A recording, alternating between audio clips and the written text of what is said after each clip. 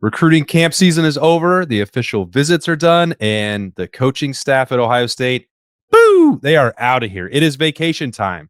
You know what? I might take a vacation this week too. Welcome to a Heat Wave Monday, as Berm has dubbed it, and it is apt. It is a hot one out there, folks. He is Berm. I am Austin. This is the Austin and Berm Show. It's The Beat. How relieved do you think Ryan Day and the coaching staff were to be through this weekend and into the vacation calendar, Berm?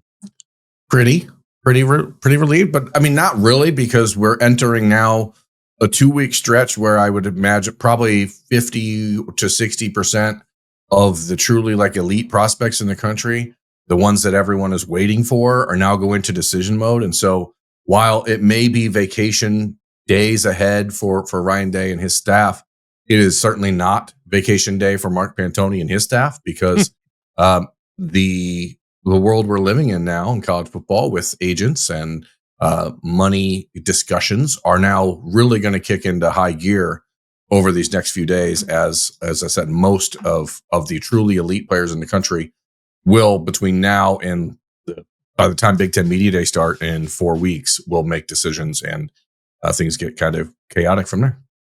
Do you remember at this time a year ago, you were telling, or you weren't maybe telling, you were being asked by Bobby Carpenter to set a number of commitments by the end of July. Yeah. And I think you set the number at 7.5. And I think you might have hit it pretty close to right on the number. Was it 7 or 8? I don't remember. But you were in the ballpark. Are you thinking that that's going to be the same way this works for Ohio State again this summer?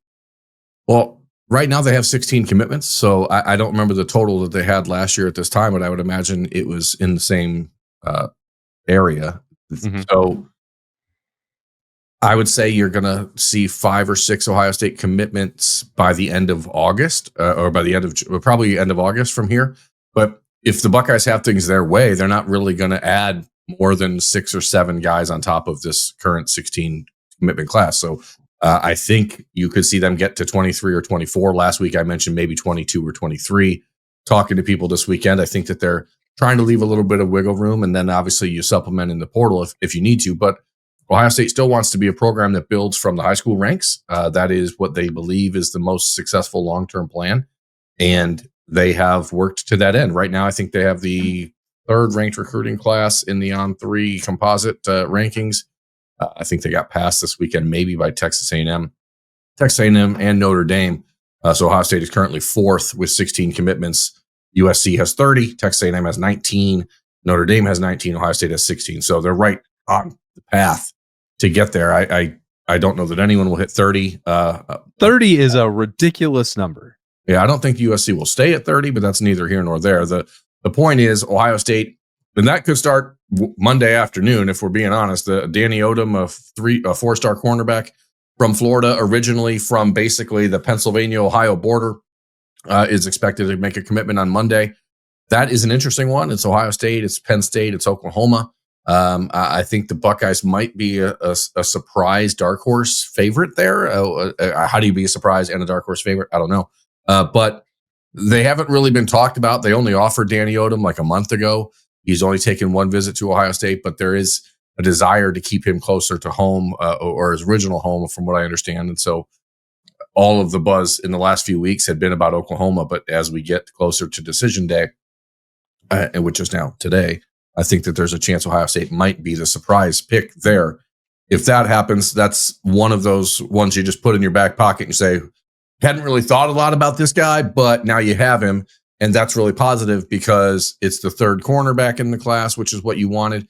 But it also allows you to focus on all of the guys that we have been talking about for a long time, and many of which visited this weekend. So I don't want to do a complete player by player recap of the weekend, but on Friday's show, we did have the list of the official visitors. We've kept that list on here for the Monday morning edition of The Beat, which is another beat stuff, talking whatever you want to call it. We got to workshop those. Right now we are in the. I think this is the only time of the year where it actually becomes an issue. Yeah, we're entering the recruiting dead period.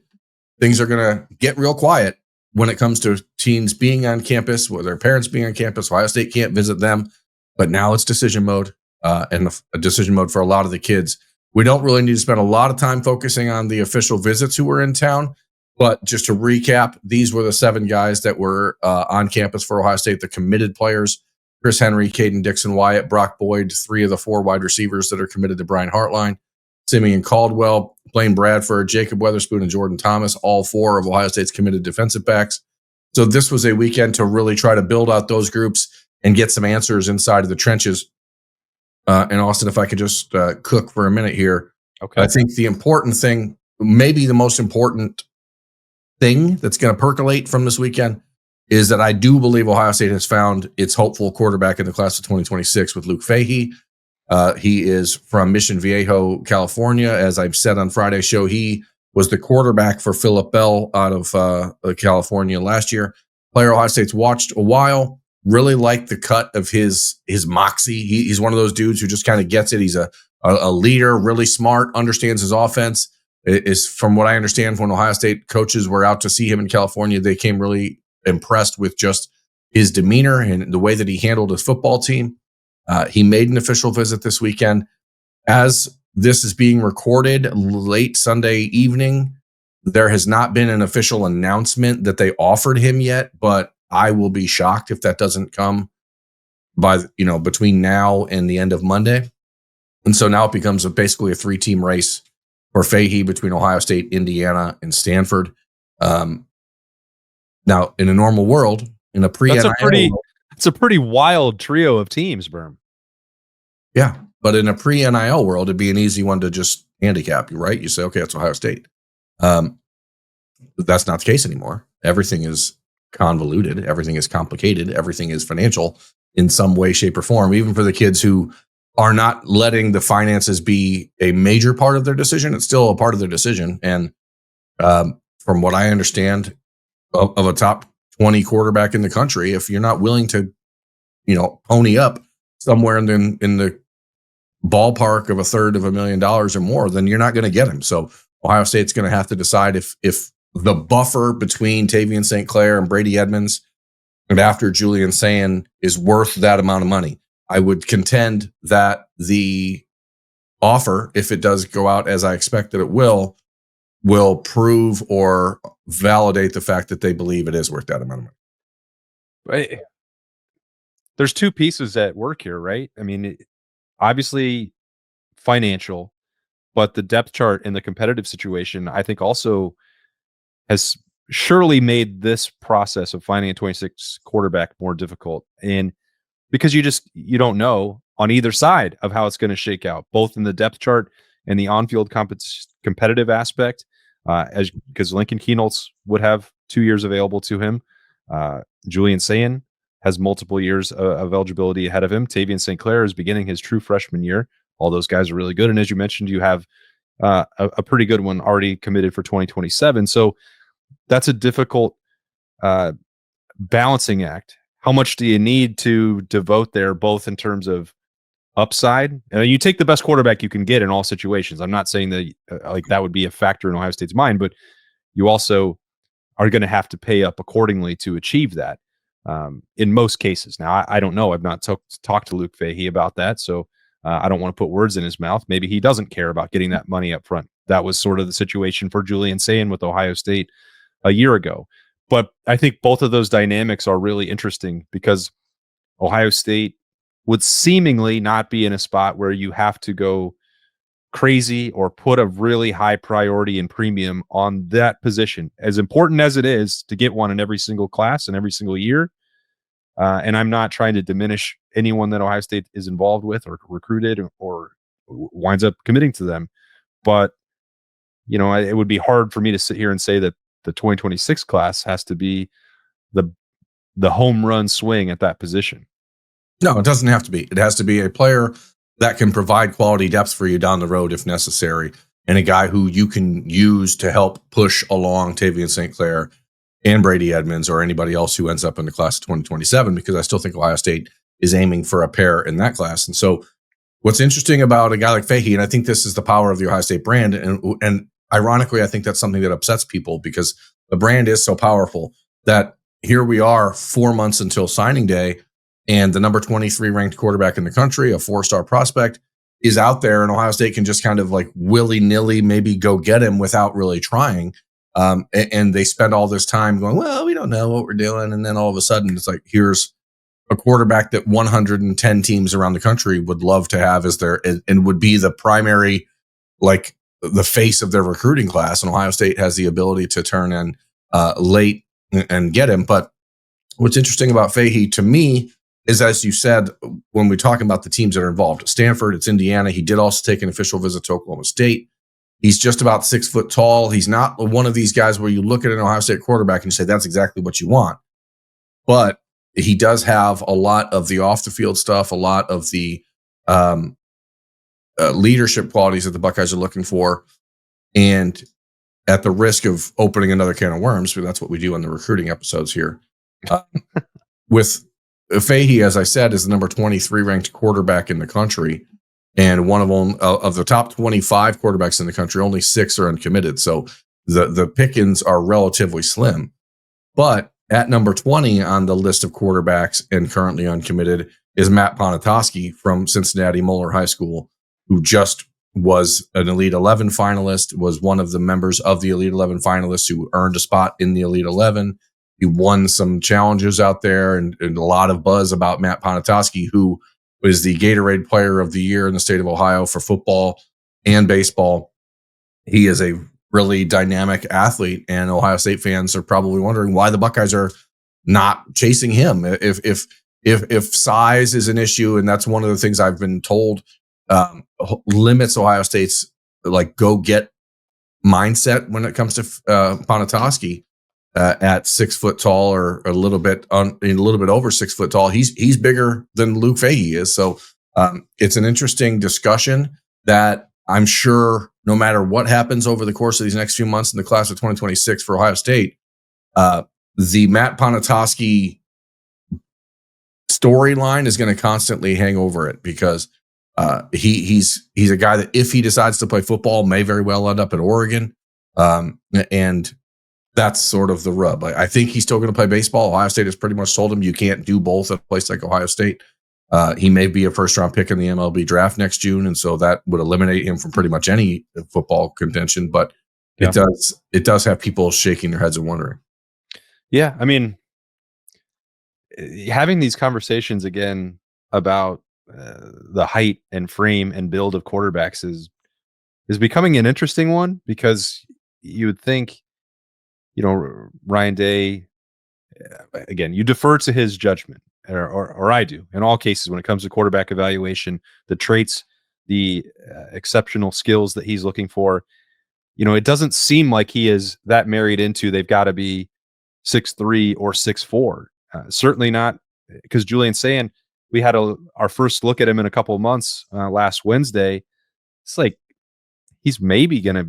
He looked bigger, but not. He might be touching dramatically. Yeah, maybe not dramatically taller, and that's never going to be. He's only going to get so much different physically as his career goes on, and it's not going to be taller. You wouldn't imagine. So, if they're looking at different athletic builds and profiles, I find that interesting, and it doesn't necessarily mean anything, because even with all the research that's done, that's like top 20 NFL passers of all time, like only Drew Brees is under whatever height, 6'2", 6'3". But at college, you can do it in different ways. And the athleticism piece comes into maybe play in a different level, in a different way that it does the NFL. But if that's the road that they're going down, or that they're not married to one actual prototype size, I find that to be really interesting, because Ryan Day has such a deep resume, and now would be working with, like, you stack them all up, and whether that's JT Barrett, Justin Fields, Dwayne Haskins, Kyle McCord, Will Howard, like, none of them have the exact same skill set, physical traits, attributes, and he's still finding a way to win with no matter whatever he finds. Yeah, and he always will. I think the interesting dilemma here is, because Will Howard, I think, so fundamentally changed what Ryan Day is looking for, as from a leadership standpoint, as far as a, like, off the field, all of the other pieces of a quarterback. Like, I hope we don't forget that he also is 6'5", 240 pounds. I understand Will had all of the extras that you're looking for, and like all of the non-physical traits that you want in a quarterback, but he also was 6'5", 240 pounds. And I wonder, were he 5'11" 3/4 and 200 pounds, or like is he the guy Ohio State would have chased in the transfer portal a year ago? I kind of doubt it. So that's whatever. Running back, if we can go back to the offense there for 1 second, Austin, I think there are a couple key parts here. I'm not going to talk about the offensive line because I think we discussed that in detail on Friday. Those are two projects that Ohio State, if those guys are going to want to commit anytime soon, JB Shabazz and Deron Parks, they're going to do it and be forced to either overpay for players that are exceptionally developmental, or the Buckeyes are going to wait it out and see if those guys are more available later in the process. Because if you have to choose between JB Shabazz and Deron Parks and Ethan Anianwa every year, you're going to take an Ethan Anianwa instead of the guys. And people are going to, why? You need true tackles. You need to recruit in the transfer portal era. You have to go out and find the high school elite players. These are not elite high school players. They're very, very good. Let me scratch that. They are elite high school players. They're not elite college football prospects. And Ohio State only recruits elite high school prospects. So you're better off chasing Ethan Anianwa than players like this that are going to force you to overspend, because there are, I counted earlier, we're not normally good at math, but there's quarterback, there's running back, there's wide receiver, tight end, offensive line. That's 5 positions on offense. Defensive end, defensive tackle, linebacker, cornerback, safety. That's 5 positions on defense, right? Mm-hmm. That means there's 10 positions on the football field, on the football team. And Ohio State has, when not factoring in any help from post-market NIL stuff or or after the revenue share, Ohio State has $1.4 million essentially to spend per position group. So if you are putting $500,000 into a developmental player like JB Shabazz, that is a dumb way to operate, and Ohio State is not going to do it. Now, I know the antagonizers out there, the agitators, are going to say, well, other teams are doing it. That's great. Ohio State is not going to make promises to these kids about what they may make in other situations. They're going to have to get to campus and figure that out themselves. So we'll see if that plays out. I don't know if it's going to work or not. Derek Cooper is a prime example of why I want to have this conversation. Okay. And so is Jaquaden Guilford. There was a train of thought heading into the weekend, Austin, that Ohio State would be the favorite to land Derek Cooper, the 4-star running back prospect from Chaminade Madonna High School in Miami, if Georgia went out this weekend and really turned up the heat and the pressure on Georgia running back Jay Lamar, who is down to Georgia and Miami. And it seems like Georgia did that. So now there's this train of thought that, hey, if Georgia takes Lamar, that means Derek Cooper is available for Ohio State. The difference from what I've gleaned, between what Ohio State is offering from a financial standpoint to what Miami is offering from a financial standpoint, is nearly $750,000. And so even though this is where like all the old rules of recruiting just don't matter anymore. The old mom wants them to go away. Mom doesn't want them to stay close to home. There's worries about this. There's worries about that. Well, once it becomes $750,000 for a family to start to just say yes to a school, it becomes almost an untenable situation for Ohio State. It reminds me, though, Berm, very much of the situation 5 years ago, because, and I know that times have changed and other programs have adapted, and some of them are going to keep, spending huge amounts of money to win recruiting battles.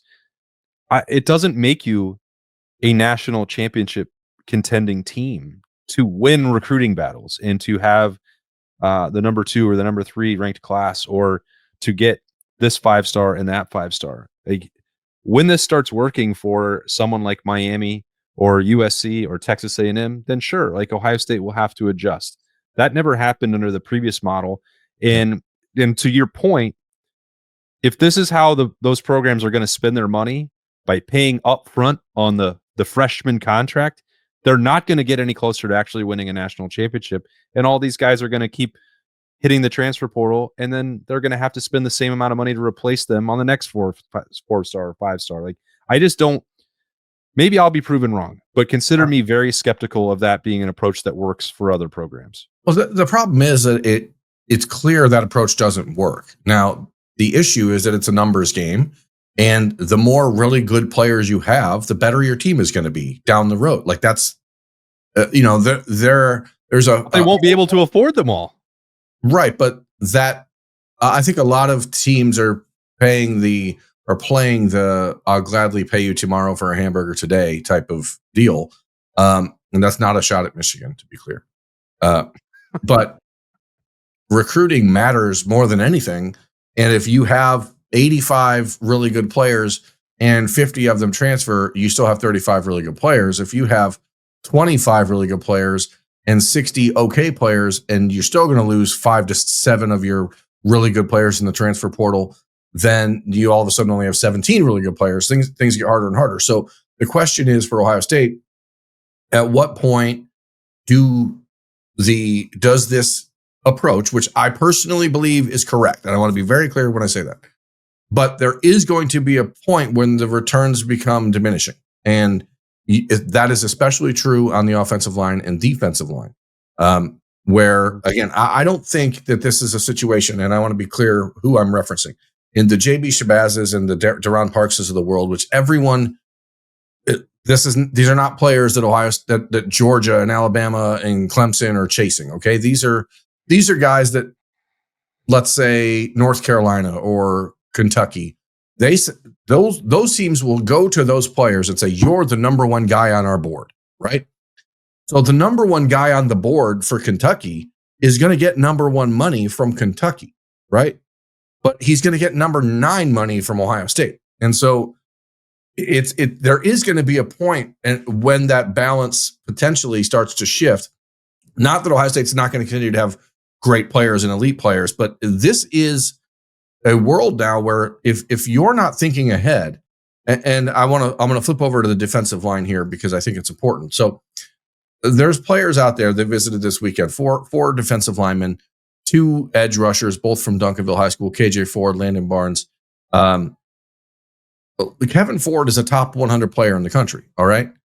But he's still a player that Ohio State had not really had much of an opportunity to connect with because the Buckeyes were prioritizing Luke Wafel, who committed to USC on Thursday for a couple $1 million, and Carter Meadows from Washington, D.C., who spent his weekend at Michigan and will decide between Ohio State, Michigan, Penn State, and South Carolina in the coming weeks. That's number 1 on Ohio State's board. So Kevin Ford, who wasn't even on it, is being told by Oklahoma State or Arkansas, or I don't care what the actual schools are with these kids. Like, he's priority 1 for them. Like, he has been for a long time. So Ohio State has to kind of make some decisions to say, let's just go with the 4th guy on our board because we know we can get him and you don't have to work. Or you just keep swinging for the guys that are actually at the top. And but you still can't pay those guys that amount either because you can't give Carter Meadows $1 million a year when you don't know if Bo Atkinson is going to be back for another season, because Ohio State can't just tell Bo Atkinson to piss off. Like, they can't just say like, "Oh, well, we had you in our program. This is what we had told you we were going to," like that will backfire real quick. And at the risk of going on a soapbox here, Ohio State can't be swayed by USC's desperation. And I think that is hard for people. Like, we live in a very look at what they're doing world, and it gets frustrating. I mean, the $14.1 million, which is the estimated revenue sharing budget, salary cap, whatever it's going to be, that's a general number that everyone across the country is going to be operating under when it comes to direct revenue sharing NIL dollars. I know for a fact that in this recruiting class alone, the 2026 class, where USC has 30 commitments, they have allotted for next year, just next year, the first year and of these players' contracts to the tight end that they have committed, almost $3 million, $1.5 million to an offensive lineman that they brought in, over almost 1.5 for Luke Wafel. There's $1 million contract out there that we've heard about for in-state Ohio cornerback Albert Hill. Like, this money isn't real. and eventually it's going to catch up to them. But if they can just make an impact in year one, then USC doesn't care because they got what they wanted out of it. So it's a really weird time, and I think Ohio State fans are rightfully concerned because, again, as it did 4 years ago, as you're talking about, it looks like the Buckeyes are behind. It looks like they're not doing the right thing to be aggressive, but they're not allowed to use collectives to pay these kids anymore. And like we keep hearing this July 1st date, like those rules are in place from the minute that the House settlement was finalized. Yep. Like you don't have, it's now some of the prepayments and stuff like that are out there. That's a July 1st deadline, but the rules are in place now. It's not like there's 10 days left in June and Ohio State's okay. We got the foundation for 10 more days. Let's use them. Like that's not allowed. So you can't make promises for money that you can't promise kids, and because you don't know where it's coming from.